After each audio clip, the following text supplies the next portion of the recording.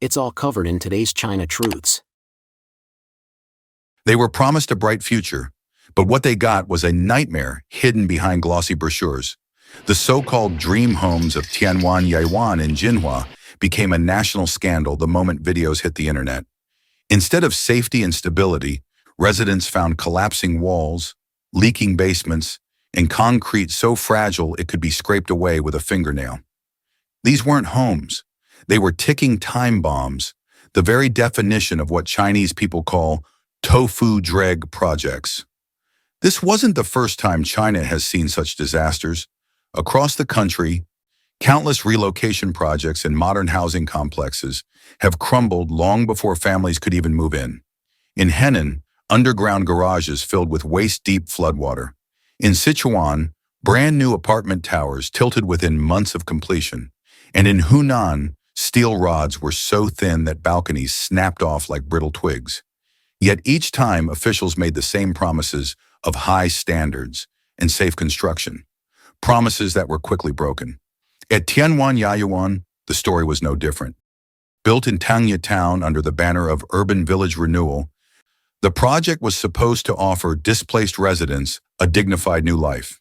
The Jinhua City Public Resource Trading Center awarded the bid, over 44 million yuan, to a developer that barely had any experience.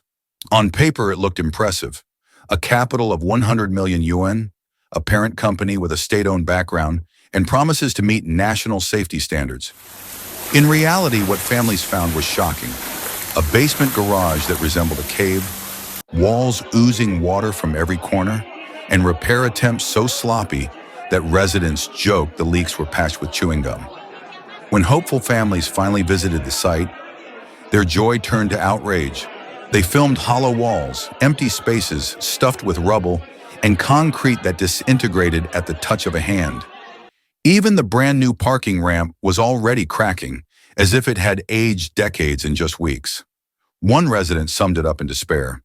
"We waited years for this, and what we got is worse than the houses we left behind." And yet state media remained largely silent. Online, the fury only grew louder. People began comparing Tianwan Yayuan with other notorious Tofu-Dreg projects, from the collapsed schools of Sichuan to the unfinished ghost cities that dot China's landscape. Each case carries the same bitter lesson: corners cut, money siphoned, and ordinary families left to suffer the consequences. The question now is simple: who will take responsibility? Will the developers answer for this scandal, or will residents be forced to live inside walls that could collapse at any moment?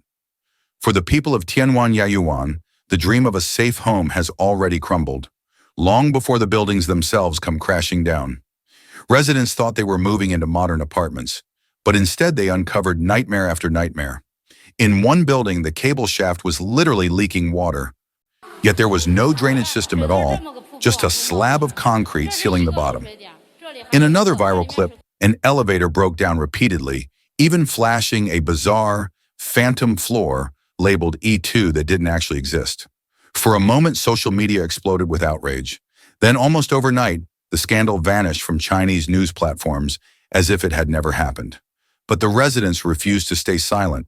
They rallied together, staging protests and demanding answers from both developers and local officials. The deputy manager of Tangye town in Jinhua was forced to respond, telling reporters that it is still under construction and promising that problems like the basement water seepage would be fixed before handover. The developer's representative offered a technical explanation, claiming some water came from old cracks or even condensation from temperature changes. To many families, these excuses sounded like a bad joke. 3 years of waiting, and the buildings still looked like ruins. One furious homeowner summed it up perfectly. "It took them 3 years to build these houses, and it'll take another 3 just to patch up their mistakes." What stung even more was the cost. Apartments in Tianwan Yayuan sold for around 9,000 yuan per square meter, nearly 10 times higher than the cost of solid, standard construction. People paid luxury prices for what turned out to be fragile shells. And Tianwan Yayuan is not an isolated disaster. In Hebei's Datong City, residents of the Rongdong Resettlement project found massive cracks, up to 1.7 millimeters wide, running through their brand new homes. In Henan, resettlement basements filled with waist-deep water. In Sichuan, newly built schools and towers leaned dangerously within months. In Hunan, balconies broke off because the steel reinforcement was thinner than chopsticks. These are not random accidents. They're symptoms of a system that cuts corners, underfunds projects, and prizes speed over safety.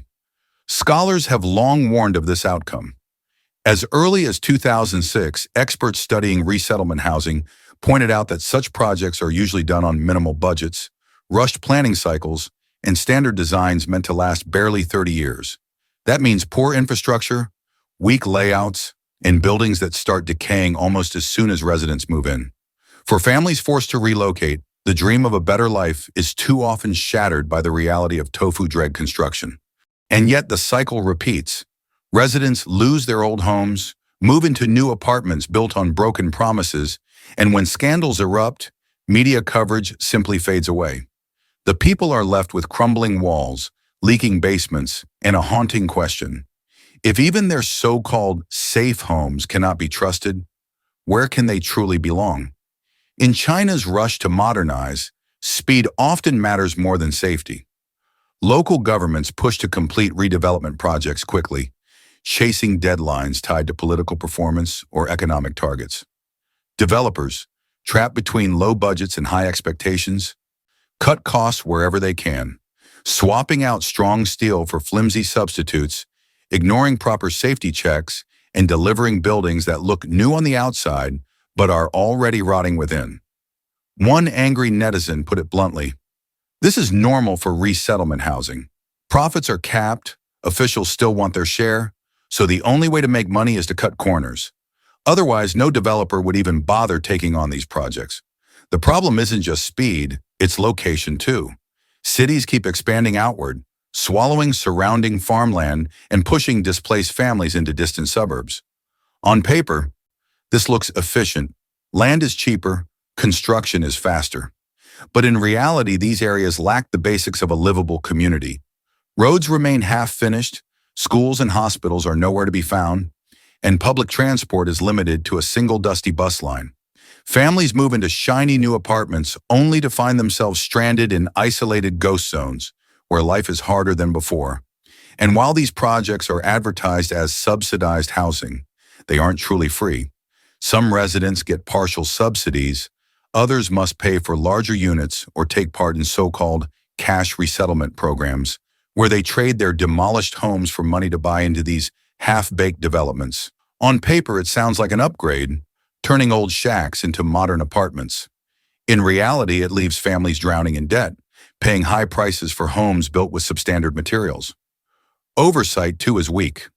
Some projects pass inspection, others collapse under corruption, rushed planning, or sheer negligence. By the time families discover leaking basements, hollow walls, or elevators that break down every other week, it's already too late. Complaints go unanswered, and the cycle of frustration continues.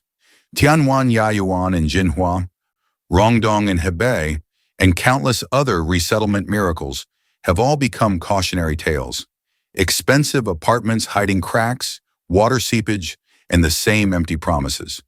For the people forced into these homes, it's not just about bad concrete, it's about broken trust. These houses were supposed to represent new beginnings, symbols of progress after old neighborhoods were torn down. Instead, they've become daily reminders of systemic failure, corruption, corner cutting, and a silence from state media that drowns out residents' cries. And that silence is perhaps the most shocking part. Viral videos spread like wildfire, showing collapsing walls and flooded basements, but official outlets remain quiet, pretending nothing happened. The real question now is bigger than construction. It's about responsibility. It's about fairness. And it's about whether the very system that promises protection is, in fact, abandoning the people it was built to serve. It's all covered in today's China Truths. Here's the shocker. 90 million homes in China, 95% of them sitting empty. Sounds unbelievable, right? Sure, that number might be hyped up, but it shines a spotlight on a disaster that is all too real.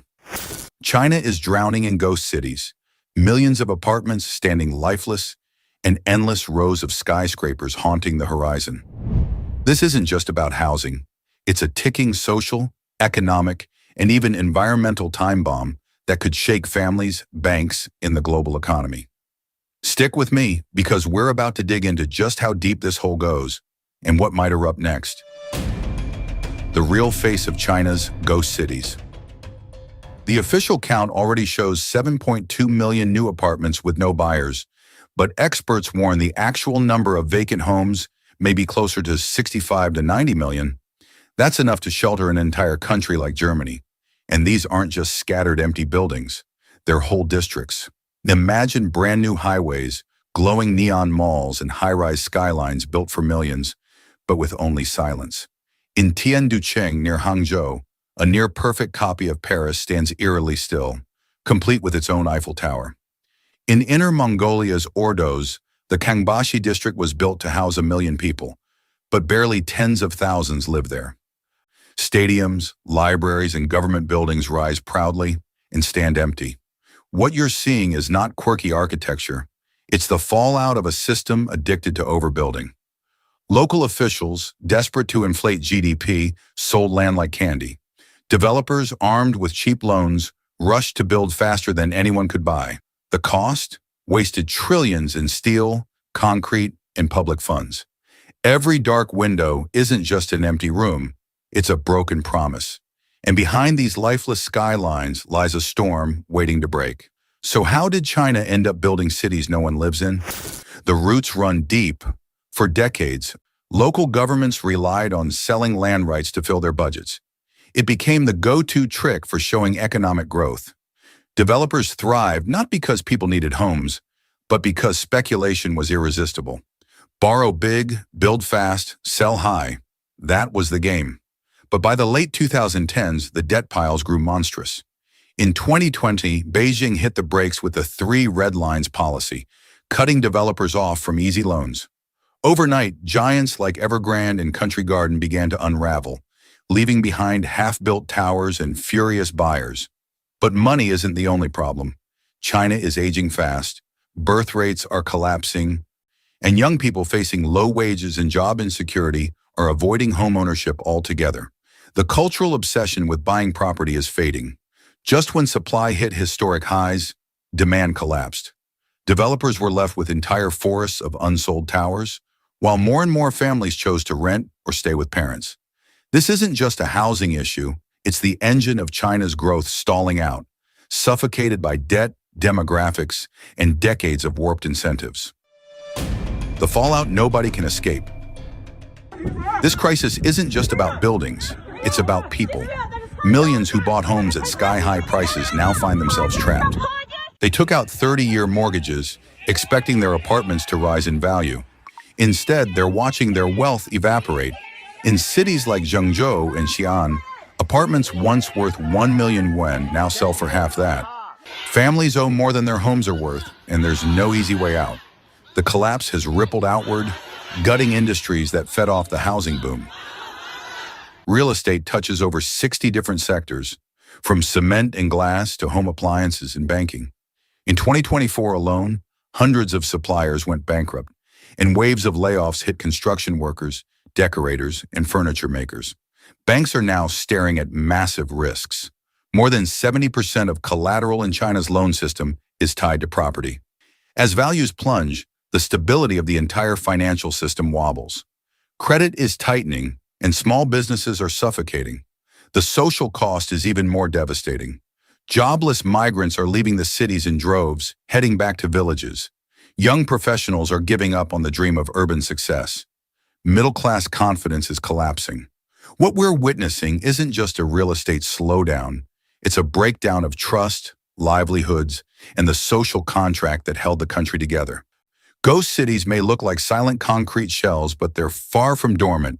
Behind those dark windows, electricity is still flowing, elevators still humming, and water systems still running, all without a single family inside. The numbers are staggering. Empty apartments across China pump out an estimated 55 million tons of carbon dioxide every year. That's nearly 7% of the entire country's residential emissions, pollution on the scale of whole provinces generated by homes no one even lives in. Why does this happen? It's baked into the system. Developers designed new districts to show off political ambition and modern progress, installing full lighting, heating, and water pressure from day one. The hope was that people would move in, but when the crowds never came, the infrastructure stayed alive anyway, devouring power and wasting resources with zero return. This invisible pollution is perhaps the most dangerous kind, hidden, unspoken, but massive. Unlike smoggy highways or smoking factories, you won't see it, but it's there, silently undermining China's climate pledges to peak emissions by 2030 and hit carbon neutrality by 2060. Without tackling these idle towers, every promise of sustainability risked becoming nothing more than words. Faced with a housing crash that threatens banks, families, and the economy itself, China's leaders are scrambling for solutions. The central bank has slashed mortgage rates to historic lows, below 4%, to lure hesitant buyers back into the market. Meanwhile, local governments are stepping in directly. Cities like Jinan and Xi'an are buying up unsold condos and turning them into low-cost public housing, killing two birds with one stone, easing developers' unsold stock while addressing housing needs for poorer families. At the same time, policymakers are floating bigger ideas, like building bad banks to soak up toxic real estate loans from struggling lenders.